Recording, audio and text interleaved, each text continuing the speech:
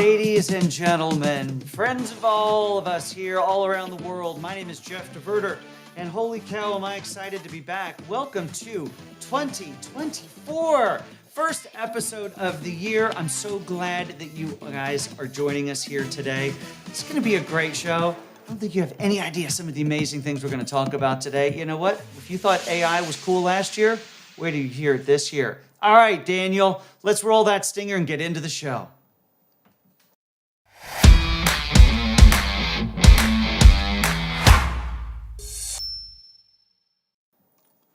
Well, I certainly do hope that you guys had an amazing break. Oh, that's too quick. There we go. Amazing break. Over the holidays, if you got some time away. I sure hope that you did. I want to personally welcome you to Cloud Talk Live. My name is Jeff DeVerter. I'm the Chief Technology Evangelist for us here at Rackspace Technology. Now, just like the things say right there, all the rules still apply. It's a brand new year, but the rules still apply. Please introduce yourselves. Tell us who you are. Tell us where you are. It's going to make this conversation so much more fun if we know who we're talking to. Now, and not just talking to, but talking with, because once I bring my guest up and we get into the conversation, as you know, we'd love for you to contribute your thoughts. You know, what do you think about some of the AI-centric things that we're going to be talking about? And as soon as we see some folks popping in here, we're going to bring them up on the screen. So if you want to see your face shining, oh, and there we go. First are showing up. Canada. Oh, and I thought it was cold here. Cindy and I are going to talk a lot about the cold because we're from Texas and we're wimps. So go ahead and introduce yourselves. Glad, Rajesh, that you've made it in from Canada. By the way, Rajesh, how cold is it there this morning? I'd love to know. Katrina from Florida, balmy Florida. I'm sure it's delightful down there. Hey, how was y'all's break? Did you get some time away? Did you dig into some learning? Did you pick up a book and escape into some sort of an adventure? I read a really interesting one about. Well, I listened to it, let's be honest, about a sailing adventure out of England in the 1600s that went down out of England, south of, around Cape Horn, South Africa, and oh, what a disaster it was. Couldn't even imagine living through any of that. So I'd love to know what you guys found. Ooh, 5 degrees. Who said it was 5 degrees? Can I solve the, yeah, no. San Antonio's here, India's here, Pennsylvania is here. Katrina says rainy and cooler here. All right, Katrina in Florida, rainy in Florida. Ex-racker from India. Once a racker, always a racker. You may not be getting a paycheck, but you're always part of the tribe here at Rackspace. If you guys want to get a hold of us, send an email to solve@rackspace.com. We'll get right back with you. All right. Well, as you know, this program over here is part of the Solve program. It's also, we have a podcast as well. The audio from these eventually find their way over there. So I'd encourage, Rajesh in Canada, minus 15 degrees. It was plus 15 here this morning. Can you believe that? I can't. All right, so send us an email. Also, sign up for the podcast. I'd love for you to do that. You can find it anywhere podcasts are found. And it's a great podcast. You can also find more information about all of the thought leadership here at Rackspace, and there's a lot of it. We're going to be digging into some really interesting things shortly, and you can find it and more over at rackspace.com/solve. So head on over there and check it out. Hey, Tennessee's in the house. Let me turn this off so I can actually see who it is. 5 degrees in Tennessee. My son is in Nashville. Lots of snow over there. Christian from Vietnam in Asia, glad that you are here as well. UK is here, more from India. And yeah, love that. Once a racker, always a racker. Hey, folks, so as you know, every quarter we go out and survey over 1,400 IT decision makers in over 10 countries. Can you believe that? 10 countries. And we ask them a series of questions. Now, each year we go out and in these questions, or in these surveys, we come back and write a white paper, and then we bring it back for a Solve Summit. Well, you know what? The Solve Summit's coming here in just a few weeks, and I would love for you to set your reminders for it. You can join us live for that event. It will happen on January 30th at 10 a.m. Central Time. And so I would love for you to join us then. It's going to be a great conversation. We've got some amazing technical rackers, some who are going to get in and join us and talk about our findings for what's happening in 2024. There were some shockers, folks, and let me give you a little hint. The private cloud is alive and well. By the way, remember that link, rackspace.com/solve? Well, you can head over there and download and take a look at the white paper that our conversation is going to be from even now. How about that? But maybe you could do it after we finish our conversation now. So we're going to have folks on from VMware. We're going to have people on from Dell, really experts in their field who are going to talk about all things in the cloud. I'll talk about AI, and it's going to be pretty amazing. So, everyone, I'm so glad that you are being so chatty over there. Denver -1. Kira, I'm so sorry for that. Again, I'm going to complain that it was plus 15 here where I am. You know who else is dealing with cold Texas weather? Is Cindy Royal, and she is our guest here today. Folks, if you thought we talked a lot about AI last year, AI, it's all about it now. Did you catch last week? We did an episode of the AI and You. You should go check that out. You can find it on LinkedIn or over on YouTube. That was a killer conversation. But Cindy is a professor and director for the Media Innovation Lab over at Texas State University. She is a professor. So if we're going to talk about anything AI, who better to invite than the professor? So Daniel, let's bring Cindy on up onto stage. Cindy, welcome to the program. Good morning, Jeff and everyone. Good morning, good afternoon, good evening to everyone that's joining us from around the world. Yeah, all over the place. Can you believe it? No. Just watching all those names and places come up is amazing that this many people are joining us for this talk today. I know, it's super, it's great fun. And the wonderful audience that we have curated and accumulated, sometimes like stray puppies coming along, but they've joined the crew, is really quite amazing. Very encouraging, lots of great questions. And so, folks, as you know, as Cindy and I have our conversation this morning, this is not us talking at you. We'd love to talk with you. So if you have any questions or comments that you'd like to make, we'll just pop them in there, and we'll try to grab as many of them as we can. All right, Cindy, this is your first time on the program, but you are not a stranger to some of our production team over here, isn't that right? That's correct. I am part of a program at Texas State called Digital Media Innovation. It's a degree we launched in 2016. And one of your employees, Megan Fretz, was one of our Digital Media Innovation graduates. She graduated a few years ago, one of the first through the program. And I have asked Megan on several occasions to be a guest speaker in my courses. And so I felt like it was time for me to repay the favor.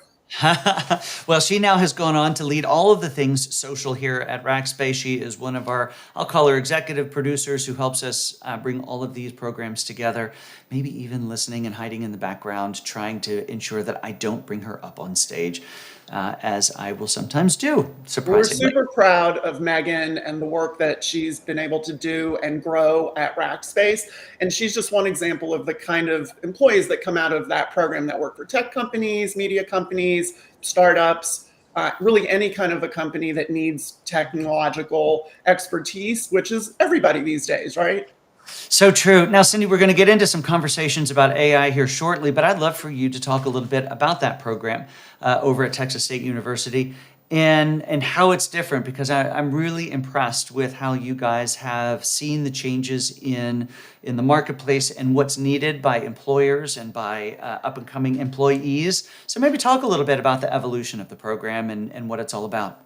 Yeah, I started at Texas State. I can't believe it, but it's been 18 years that I've been there.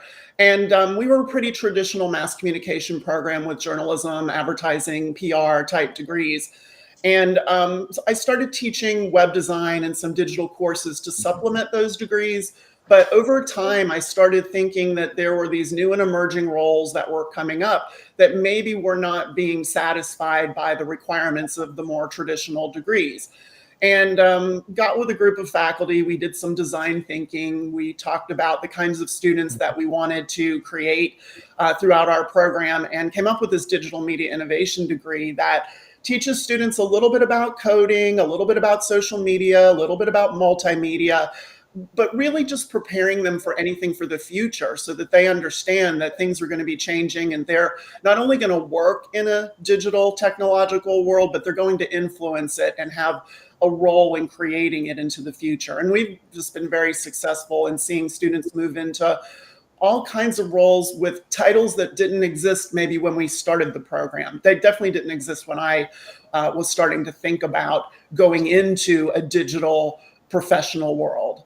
Yeah, Cindy, that's really impressive that that a university could pivot that quickly. Yes, it is. And very difficult to pivot at a university. Many of them have trouble doing that. And I will say it was not an easy route. But in retrospect now, the time that it took to put the proposal together and get it through approval was just, a drop in the bucket compared to what we've been able to achieve since then.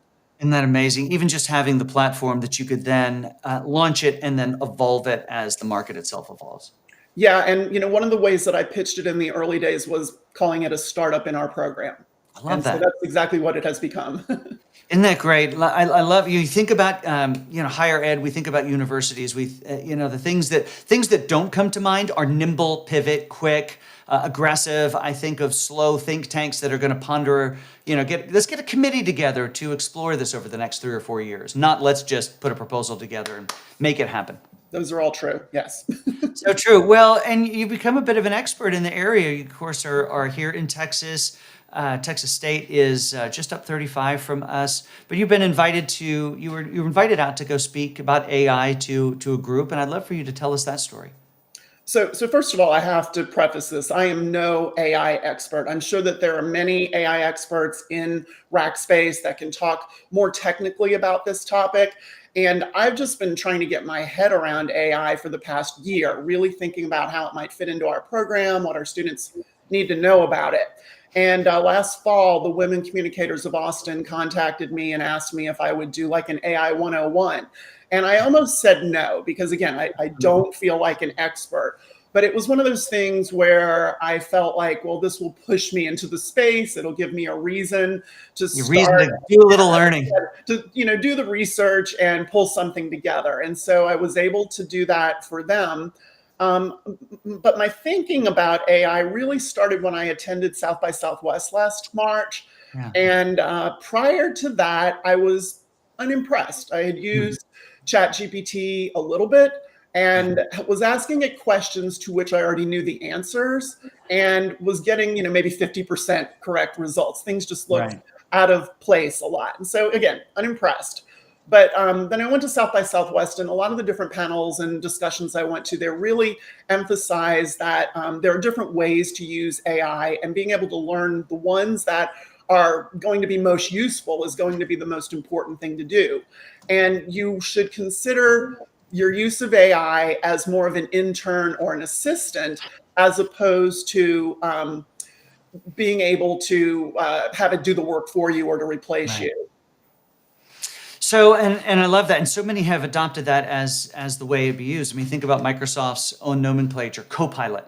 We're not saying we want a pilot to do everything. We're wanting somebody to come alongside of us and help us do our day job.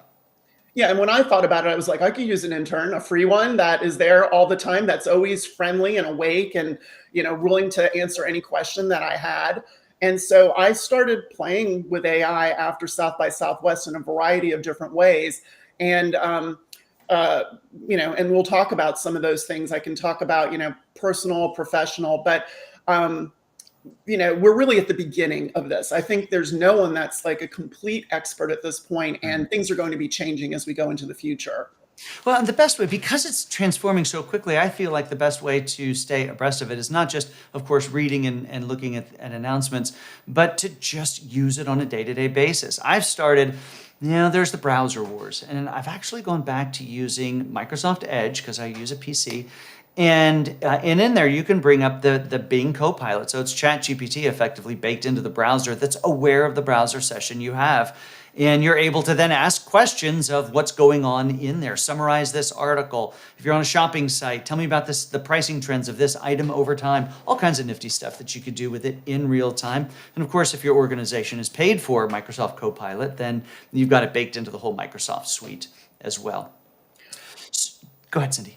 Well, I was just going to say, I think that's the thing that's different now, because AI has been around for a very, very long time. And we're talking like the first thinking about it in the 40s and the 50s. And then over time, different experiments with artificial intelligence have come into play, and then they've gone away because they just never took hold from an investment standpoint. There were two separate, what they call AI winters, one in the Mhm. 70s and one in the late 80s. And you can think about what was happening in the 70s. The personal computer industry was coming about. In the 80s and early 90s, we're starting to think about the internet. And so that sort of distracted people from AI. But what happened Mhm. last year is ChatGPT came about and made things completely accessible, and then everybody started playing with it. Yeah, and it was interesting to watch as the year progressed. Executives went from playing with it at home, come up with a menu for the week, or plan a vacation for my that would be great for my teenage kids as well as my elderly parents that we could all go on together. And it would do these things well. And then the light bulb goes off that where they said, "All right, well, if I can ask questions about these my day in the life things, can I ask questions of my company, of my data inside of the organization?" Of course, boom, and off we go. Now we've sort of pressed ahead, and before we go back to the story about your conference, I want to call out the fact that Bucharest is here. Liviu, I think I'm pronouncing that correctly. First time anybody from Bucharest has been on the program. So welcome. So glad that you are here. And of course, Christian, welcome as well. So let's go back to Austin. Let's go back to the teacher conference. You felt ill prepared. You used it as a catalyst to go and have a few talking points. But tell me, how did that go? Oh, it was a great event, and I wasn't the only speaker. They had some really fantastic speakers, very young and diverse people, all females. I think everyone who attended was female, except I think there was maybe one male in the whole place. That was the photographer. And so, like 100 women showed up. 100 women from Austin showed up to learn more about artificial intelligence. And so, my role with this was to set the pace, Yeah. talk a little about the history and the background, like I mentioned, and maybe demystify some of the terms that have come up, as well as talk about some of the ways that I had started using it. Yeah, I don't think that there's ever been a technology that has come to the forefront that we've gotten our hands on to use that comes with more unknowns. FUD, we call it, fear, uncertainty, and doubt. And, because it goes back to, if you were watching movies in the 80s like I was, you had Terminator. That's an AI driven thing. You then had, so many others that came along where AI was the bad guy. It was driving the machines. And so then here comes AI for us to get to use. And who wouldn't be nervous about using it? My wife, I love telling this story. My wife, very skeptical about technology. We had a trip we went on up to Denver, not Denver, that's the wrong direction. We were in Boston. I had a work event there. She came along. We were going to stick around for a few days after. We were on the flight going up there, and she's like, "What are we going to do Thursday and Friday?" And I said, "Well, let's just do a little experiment." And up came ChatGPT. I said, "We're going to be in Boston. It's going to be this Thursday and Friday." I was actually using Bing because it has access to the internet. I said, bearing into account where I'll be, bearing into account the weather, and that my wife is gluten and dairy intolerant, please create a schedule for the day that includes lunch and dinner options that would accommodate that. And off it goes. And she's like, "That's not so scary at all, is it?" Not at all. And like, let me ask you this: did you verify that? Like, once you got your list, did you like go to the websites to make sure that those were gluten free and what they Well, said they were? great question. And that's actually one of the reasons I like to use the Bing version of ChatGPT is it gives you all the citations. So I was able to click into where it found the menus and verify the stuff. And of course, it did all the things. Now, if you've ever gone down that road of needing to accommodate somebody who has those sensitivities, a phone call is always a great idea as well to validate Just those to be things. sure. Yeah. And so I think, all the media literacy that we have gained over the past 20, 25 years with the internet is going to become more and more important as we start using AI. Yeah, absolutely. It becomes that co-pilot. How about the outcome of the conference in Austin? Well, like I said, there were just, 100 women that came. They had really great questions. I think one of the moments that I saw that was sort of a watershed moment was one of the other presenters asked people to make a, asked ChatGPT to write an email about a new product announcement. And it did it. And these women's heads were exploding. People who do this on a regular basis in their careers Yep. were like, "Oh my goodness, this would have taken me several hours to start crafting," even though they were things that they had done before. And at least it got them started. And, we did examples with social media posts, and ChatGPT will actually put emojis in for you. Yep. But the key thing to remember with this is if it's your intern, you're probably not going to turn in that work as your own. You're going to use it as a start, edit it, add your own flair to it, and then submit it. So kind of keeping that in mind right now, then it makes it where it frees up your time to do other things that maybe humans are good at. But I will say, Jeff, I don't want to skip over the ethical and the concern part, because yes, there are valid concerns, and we need people who understand the technology so we can start making decisions about those concerns going into the future. Because where's the data coming from? How's it being programmed? Why am I getting the results that I'm getting? All are things that we need to be thinking about as a society. So I think, it's good to be a little bit skeptical. And that's why I start with ask it questions that you already know. So you know that it's not perfect if it doesn't come out with the right answer. And then start thinking about the things that it's good at. Yeah. All right. So Sweta asked a really interesting question that I want to get to in just a minute. But at first, we titled this Approachable AI. When we were having our little prep call before deciding what we're going to chat about, this was a phrase, a word that you used a fair amount. How would you define approachable AI?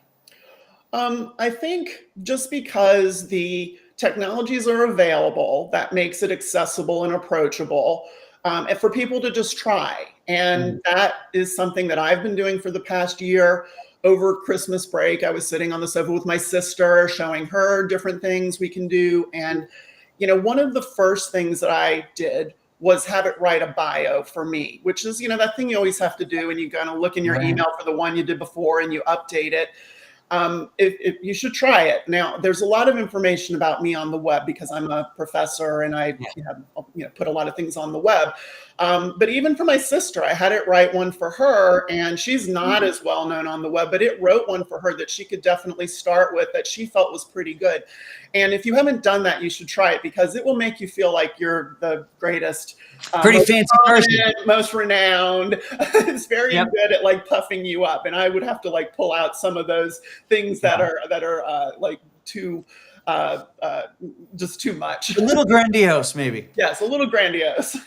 But it's very nice to read that. It's like, oh, that's very nice that you think of me. Yeah, whenever you're feeling down, just ask ChatGPT to encourage you. Absolutely. Absolutely. And then, we did a lot of crazy things because we both like Taylor Swift. And so we were asking different things about, putting Taylor Swift lyrics in various different types of contexts for either social media posts or to, write different sorts of things like using various pop cultural things. Because that's one of the things you can do is when you ask it to write something, you can ask it to write it in any particular style. I mean, you can ask it anything and see how it does. Write it like Ernest Hemingway, or write it in the style of your favorite artist, your favorite, or even if you're doing something with images, have it be in the style of Van Gogh or the style of Picasso. They're just, it's just fun to start playing with.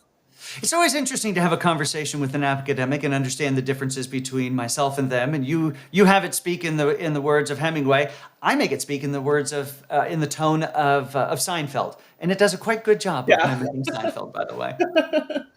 Because AI is and should be approachable. We shouldn't be afraid of it. We should be willing to use it. We should be cautious about it, and we shouldn't submit its work as our own. It should be a starting block to help us be our best selves. Absolutely. Absolutely.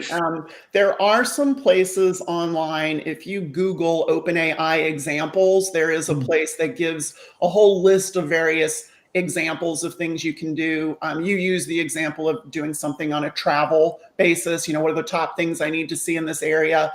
If you had done that before with Google, you'd come up with a list of websites that you have to read through and decide for yourself the things you want to do. So at least this kind of gives you a start of, maybe the 10 things you want to see in Denver or New York or Rome or, wherever you're going.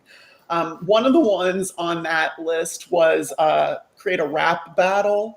And I did one between Harry Styles and Taylor Swift, and it was hilarious. So try that. Go into ChatGPT and have it do a rap battle between I will. I think I'm going to go to Google, funniest things to put into ChatGPT. That would be fun. Yeah. Let's talk about Sweta's comment and where she talks about, what about the IMF report that 40 to 60% of jobs will be affected by AI? Now, I want to break this into a couple pieces. So first of all, let's talk about jobs. Will jobs be affected? I think that you and I would both agree that yes, they will be affected.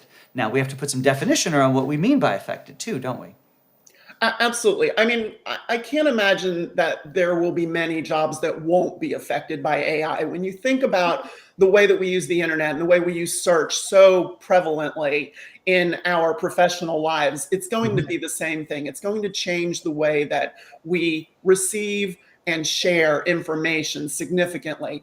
And I've said this before, and I'll say it again. I think that in 10 years from now, we're going to look back at this time of Googling as sort of the dark ages of getting information. This Yes. more sort of chat oriented, an agent looks at the information and provides the answer to you is going to be the way that it goes in the future.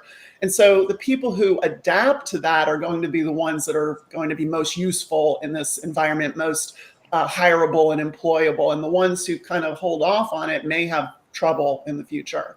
Yeah, I heard, and I was just looking on my phone for the podcast I was listening to on Jordan Harbinger's show. He was interviewing somebody a couple of weeks ago. I was trying to get his name. Just if anybody wants to know who it is, just send me a message on LinkedIn. But he made a comment that I kept rewinding on and just pondering and thinking about, and it's so true. Whenever a new technology comes along, we can only see what will be impacted. We can only see what will be taken down. So along comes the automobile. We can only see that horses are going to be impacted. Along comes electricity. We can only see that the oil and whale oil industry is going to be impacted. We can only see, in a sense, the negative side of it. We can never see what's going to be created. And so, Sweta, to your point, yes, I would think the number really should be in the 90s. We will, almost every job is going to be impacted. Now, whether impacted means lost, or whether impacted means diminished, whether it means changed, whether it means augmented, we can have 5 conversations on that. Absolutely. And I'm sure that will come up in your talk that you do from the report that you're going to be Oh, presenting. 100%. Yeah. Yeah, yeah. So what I would say for everyone is that if you, especially if you have a little concern about it, Sweta, that's right. It all comes down to change management, doesn't it? Is how are you going to manage your own personal change management? I think that's important. But then also your organization. So it starts with you. I love that this program that we talked about early on that Cindy's a part of, from an organized education perspective, is giving so many people a leg up into the economy that they might not have had before. But more so is to take control of your own education and your own future, and that means approaching that approachable AI now, doesn't it, Cindy? Absolutely. I mean, that's all that we can do is kind of like get on board and hang on. All right, so in preparation for today, I created this list of conversation topics for Cindy and I to go through. And she sent me a note last night going, hey, send me those over, would you please? And I said, well, here they are. We'll probably only get through maybe, 3, 4, maybe 5 of them. How many did we hit?